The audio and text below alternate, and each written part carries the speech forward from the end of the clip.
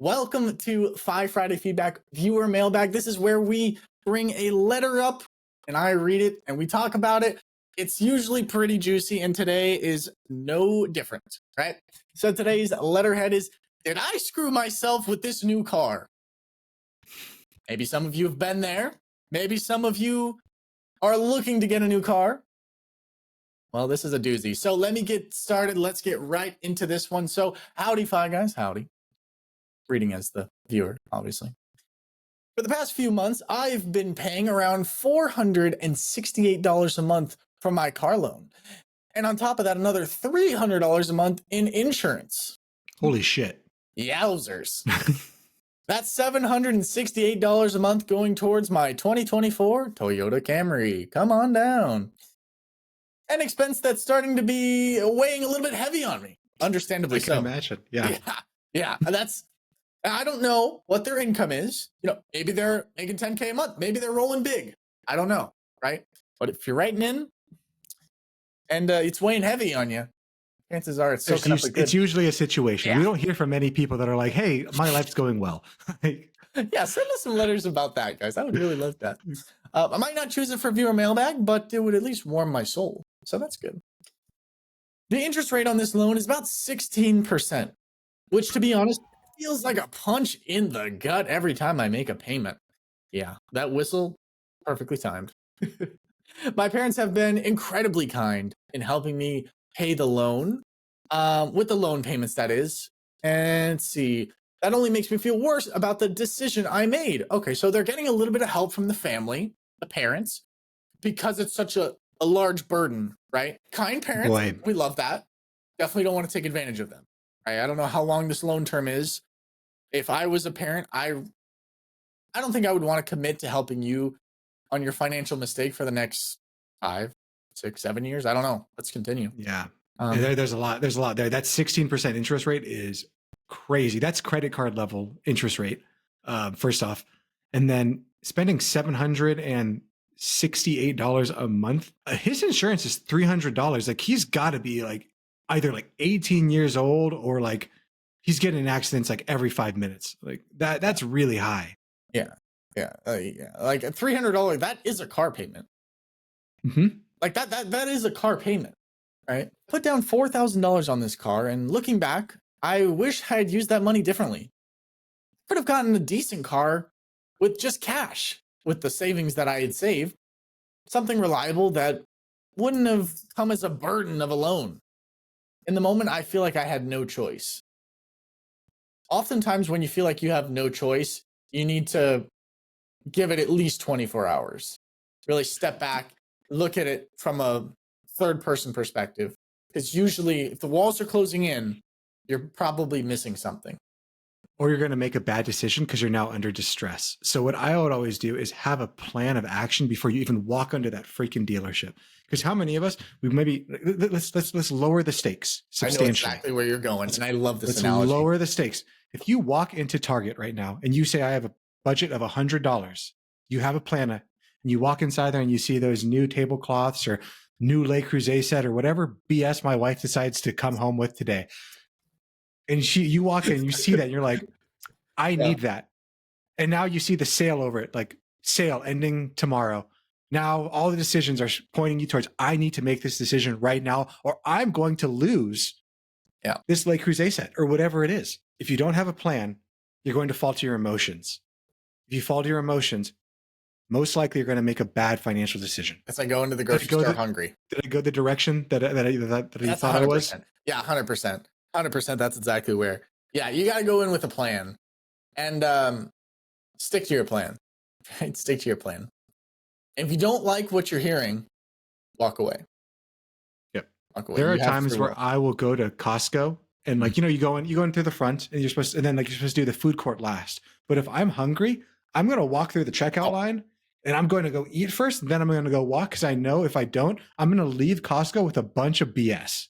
100%. 100,000,000%. Plus, honestly, when you're walking around, last time I went to Costco, I got a chicken bake and I was walking around, I'm chomping on my chicken bake, walking through the store. People were like, oh no, I want the chicken bake. I was like, you should have got one first. Anyway, Anyway, the reason I ended up in this situation is a bit more complicated. Okay. All right. Well, let's find out. A few months ago, I was involved in a hit and run accident. My car was totaled, and the driver who hit me didn't have insurance. How would you know that if it was a hit and run? Anyway, it was one of those nightmare scenarios. I don't know. Am I wrong for that? Am I wrong for that? Am I wrong for that? How would you know that? I think you're thinking of it intuitively, but typically what happens is maybe he got caught later, like the damage was seen and he got caught later and then they found out. So he probably went to jail, but he had no insurance. That's funny though. Yeah. So this actually happened to me. This happened to me where I got into a car crash, not a hit and run, but I got hit by a car, destroyed my wife's car at the time. Had no insurance, no driver's license, no registration on the vehicle. No driver's license? This was the kind of, so I kind of get where you're coming from, and I understand why his insurance is heightened, because one thing that people don't know is your insurance premiums can go up even if you're the victim of a hit and run or something like that. It's all based off statistics and the law of large numbers. There are some insurance places that won't raise it if you got hit, but majority of them will still raise it. I still think 300 is crazy though. So there's probably more behind all this. No, 300 is absolutely absurd. That's wild numbers. Absolutely crazy. So I was one of those nightmare scenarios. No way to recover the damages, no insurance claim to lean on. My dad advised me to sue. My dad advised me against suing, the other driver because it just wasn't worth the legal hassle. Well, I don't know. To be fair, I've had that same situation. And if you have someone who's uninsured, no registration on their vehicle, my attorney also made the same exact thing of like, you could pursue them, but the amount of money you're going to pay in attorney fees, you're not going to be able to recoup. Because if someone's driving around uninsured, unregistered, all of these things, they probably don't have anything for you to go after. Yeah. But again, it's dependent situation. Like it depends on the situation. Maybe there's a multimillionaire driving their Bugatti around who's just like, I don't like paying insurance for whatever reason and decides to smash you. That's an ideal situation. Yeah. Exactly. Or maybe there's like, it's like a psychological trick. It's like, I'm going to drive around with no insurance, illegal.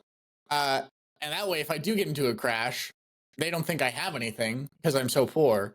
So when in actuality, I'm just rich and a cheapskate and breaking the law. Yeah. I mean, you're really setting yourself up for some liability there and probably jail time, but you do you, boo-boo. I don't care. To each his own. Follow the law. Anyway, with that being said, I had some savings set aside. And after parting out my old car, I managed to scrape together $4,000. That's what I used as a down payment for my Camry. Mm-hmm. Well, at the time, it felt like the best decision I could have made. Isn't that funny how that happens? Mm-hmm. It's crazy what experience and basically pain will do to you. My siblings even reassured me saying, I got a good deal for someone my age, concerning. But deep down, I wasn't convinced. What did Chris say earlier? Go with your gut. Go with your gut. Go with your gut. And who's to say that your siblings know what the hell they're talking about? Yeah. Honestly, though, truthfully, you got to analyze the source and how much experience do they actually have in that source. If it doesn't feel good to you, you got to live with it. They don't have to live with it. So make the right decision for yourself. Right.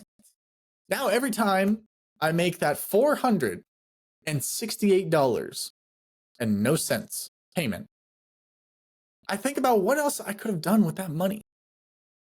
Living with my parents helps, but I'm a full-time college student and I work full-time, bringing home about $2,800 a month. Okay. Between the car loan and the insurance, I'm sinking almost 30% of my monthly income into my car, right? And that's not even talking about gas, if it needs new tires, maintenance, stuff like that. Hopefully not if it's 2024, but I mean, he could be running it hard. Yeah. But I mean, gas alone, it's a Camry, so it's pretty good on gas, But I mean, my thought process is what happens when he moves out of his parents' house? What happens if he gets a girlfriend, something like that? 30% of your money is going just to the car. I mean, there's no specific rules in finance, but a good rule is 50% should go towards necessities. Yeah. Well, 30% of it's already getting eaten up before anything. Like, what money are you going to do to pay for rent, food, important stuff, a wife? Yeah. One or the other, not both, first of all. All right. So let's see. Yeah, that's a tough situation to be in. That is a tough situation to be in, that's for sure. You're So stuck. You're at the worst part.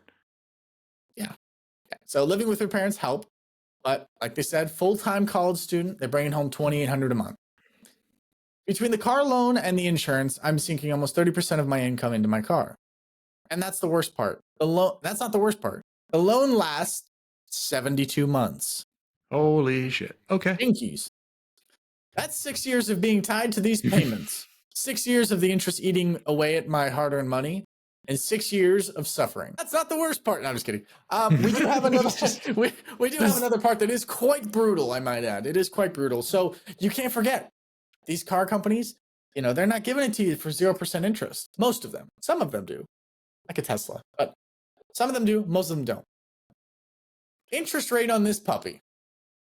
Is it 5? Is it 10? 12, 13, 14, 15. Will I ever stop? It's 16%. 16% interest rate on this car is brutal. I've tried to calculate how much I'm losing to interest every time I run the numbers. I feel like I've made a massive financial mistake. It's a lot of stress for something that's supposed to get me from point A to point B. I agree. It doesn't sound like this car is serving you anymore. It sounds like you're working to serve the car. Yep. And I think that's so important. There's in meditations of Marcus Aurelius, there's a point where he goes through and you can like see him talking about the quote unquote necessities of life, the things in life that we all take as like, we need these things. And he like looks around and he's like, oh, this chicken is just, this food in front of me is a dead chicken.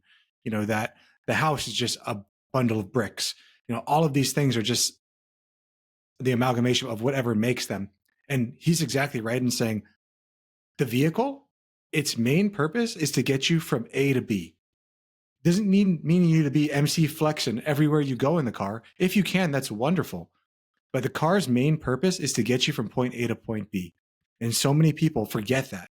And they go and they purchase cars, lease cars, get cars more than what they need, more than what serves them in order to impress other people that don't give a shit about them. I'm not saying that's what happened in this situation, but I'm glad to see that he's realizing that like, this car's not serving me. I am serving this car. I am entrapped to this vehicle that I don't even like at this moment. So the next couple paragraphs are entitled, What I Wish I Had Done Differently. So maybe the viewer can kind of take something away from this battle story. Looking back, I can see it clearly now. I should have gone with a cheaper car, a cash car. I had enough to get something reliable that wouldn't come with a loan. Sure, it might not have been a 2024 model, but it would have been mine. No monthly payments, no high interest. None of that stuff lingering over my head.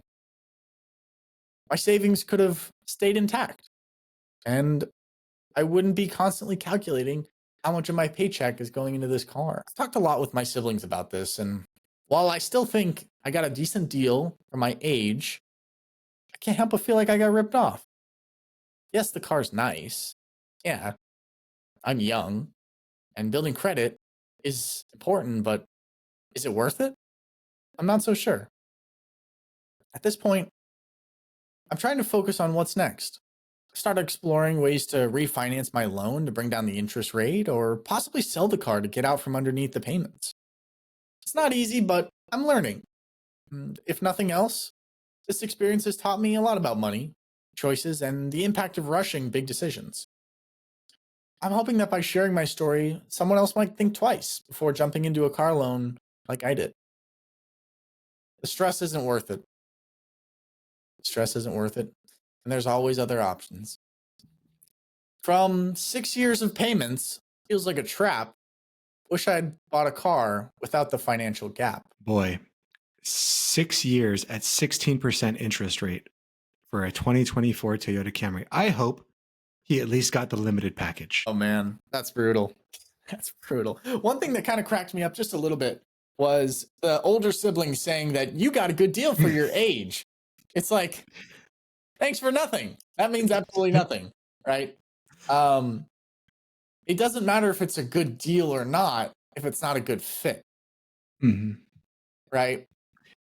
Now the car might be a right fit, right? The car itself, the physical thing that gets them to point A to point B, might check all the boxes, but it doesn't check, is it stress free, right?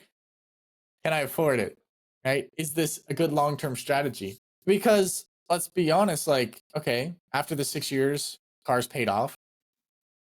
Well, now what? Remember, we talked about earlier in the pod how it's important to have a goal, but understand what comes after the goal, right? Are you going to keep that car till the wheels fall off? You know, those Camrys, man, they last for like 20 years. Are you okay with keeping that for 20 years? Would you feel guilty of in 8 years getting rid of it? Just jumping right back into the payments? There's so much to think about here, but I'm curious to see what you have to say about it, Chris. Yeah, one thing that I kind of thought was funny was like I had $4,000. I could have bought a used car. Like you're not going to buy a used car for $1,000. That would have been yours. That I don't think so. At least you probably could have bought a car for $4,000, but it would have not got you from point A to point B. Not in this current market. I got to push back on you a little bit. I would say it's nearly impossible to find something for that cheap that is reliable. That being said, I drove across country in a $3,500 vehicle, and it was a breeze. It was nice. Was that recently? When was that? Recently. This was last summer, right? Bought it off of a relative who no longer wishes to drive anymore because they're getting up there in age, and we help them out a lot, and they wanted to give us a nice deal on it. To be honest, truthfully, they were going to sell it for cheaper, and we said no, that's ridiculous.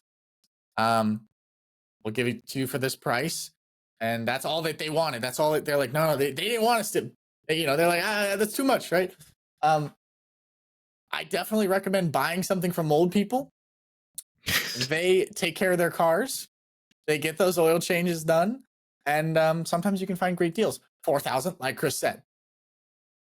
Are you going to find it on Carfax? Definitely not. Are you going to find it on, like Carvana? No, you're not going to find anything for $4,000 on Carvana. This is the type of stuff I'm talking about is literally like the newspaper in the old people section, right? We're talking to your relatives, right? Talking about that, right?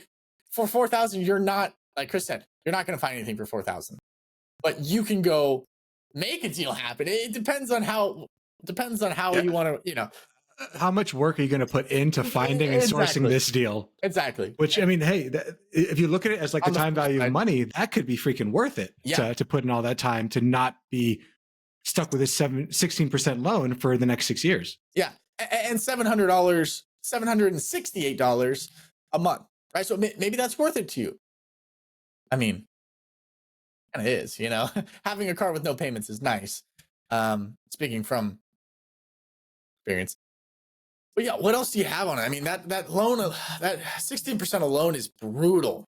Absolutely so first off, I'm gonna say 16% is a credit card level loan for 6 years is absolutely freaking horrible. Like there's no better way to put it than this. This is atrocious. That your parents like let you sign for this. That like no one came in and stopped you, and that your siblings are like, no, bro, you got a really good one. Like I don't know, are you 14 years old? Like that. This seems criminal to me that happened to you. Yeah. I'm sorry I'm laughing. Like it's so bad. Yeah. If we calculate this out, so you're paying $468 for the vehicle.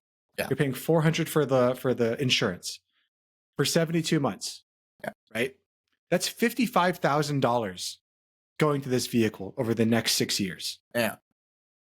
Yeah. Now, let's say that you're going to have to pay the insurance regardless. So maybe we can lower the insurance a little bit by like getting a car that isn't so expensive. But on the vehicle alone, you're spending around $34,000 for this vehicle over the next 6 years, sorry. Yeah. I don't know how much 2024 Camry goes for. Maybe it is $34,000. Maybe it is. But at your age and your income, can you afford that? And based off what you're saying, it sounds like even if you could afford that, you're not willing to afford that because of all the other sacrifices. We have to run it through the gut check. You have to run it through the sleep well at night check. And right now, it seems like both those things for you is like, this is killing me. Yeah. 100%. 100%. What's your relationship with your siblings? Like, do they hate you, or like, what's the deal there? No, I'm just kidding. I hope they love you. But what situation are they in? Right? We talk a lot about taking advice on the podcast, right? We're here to teach. We're here to learn, and we're here to teach, right? And if you're taking advice from, let's say, your siblings, right? Well, I'm not even going to give you guys as an example, right? If you're getting fitness advice from someone who's overweight, you shouldn't take their advice, right? Doesn't make any sense. Are they knowledgeable? Maybe, but why aren't they using their knowledge, right? So my kind of compass, if you will, filter, probably a better way to put it, of taking advice from someone is, do I want their life? Do I want a life like theirs? Would I take their advice? If I took their advice and it would get me closer to their life, would I be okay with that? Right? Maybe your siblings have 2 car payments, right? And a wife and kids, and they're cool with that. They like that. They like the stress of $800 eating away every month. That's just not for me, you know? So I would also just stand guard at the entrance of your mind and be careful what information you take in, and be careful the source. Yeah. I think that's important because you're the one who has to live with it, right? Yeah. So in this situation, if I was you, Mhm. I would see if your parents are willing to help you make payments on the vehicle currently, would they be willing to help you co-sign? Because if you can maybe co-sign the vehicle with them, like refinance it with them and their ideally, hopefully better credit scores and age and income history, is there a way we can take this 16% interest down to, I don't know, 11, 10, 9, 7, try to half it. And if you can, if your parents are willing to do that, and we can refinance this for maybe half of the rate, I would do that shit ASAP. Because this 16% interest rate is, yes, you're exactly right. It is eating away at you. At 16%, if you don't make a payment, that means that payment will double every roughly 4 years. 4 or 5 years. That has to do with the rule of 72, correct? Rule of 72, but we do it backwards for it's because normally it's about how fast does it take for your money to double, but it can also be used for how fast does it take for your interest to double. Yeah, so imagine if you had an investment that returns 16% per year. You'd be like, oh, hell yeah, I want that. Yeah, that's pretty good. So yeah, the insurance or the loan company, they have an investment that's returning 16% per year. You're that investment. Do you want to be that investment? Yeah, that's it. So if you talk to your parents and they're like, no, we're not going to refinance with you with the vehicle, and like that's not an option for whatever reason, can you sell the car? Yeah. If you could sell the car, how much cash can you get the car? If you sell the car and you get the cash for it, is that enough to buy a new and dependable car with cash?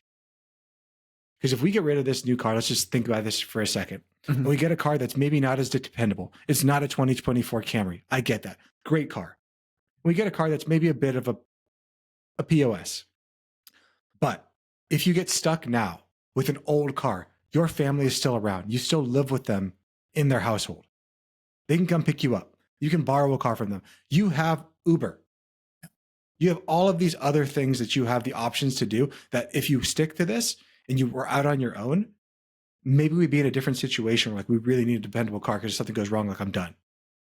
But that's not the situation that from what I'm reading or from what Dominic read seems like you're in. I would also say that since you're living at home, you're going to college, right? Now, and you have a full-time job, right? Now is the time to stack up as much money as you can. It'll never be cheaper for you than it is right now, in theory. So yeah, I'm with Chris on that. Get a beater if you know that's a bad car, POS car, right? Save as much money as you can right now, because once you leave college, you're going to want to move out, right? And then you're going to get a hit in the face with how expensive that is, right? You're going to wish that you would have saved up more. So I would definitely keep your expenses as low as humanly possible and then reduce it by 5%, right? So you don't need a super expensive car right now. And even if you had enough money to pay for it and it was like no problem, right? You're still stressed about the car. And like, why would you keep something around that's keeping you an anxiety-filled, stress-filled way of life? I mean, you already have full college, right? And you have a full-time job. That's enough on its own. So I just don't think you need any more added stress.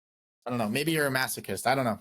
But that's my take. I would agree with that. And I really think that, like, yes, if you do sell the car, it's going to hurt. And like, you're going to lose money on this deal. 1000%. Yeah. So look at this as something 20 years in the future. When you look back on this, I don't know how old you are. Maybe you're 18 years old, 20 years old.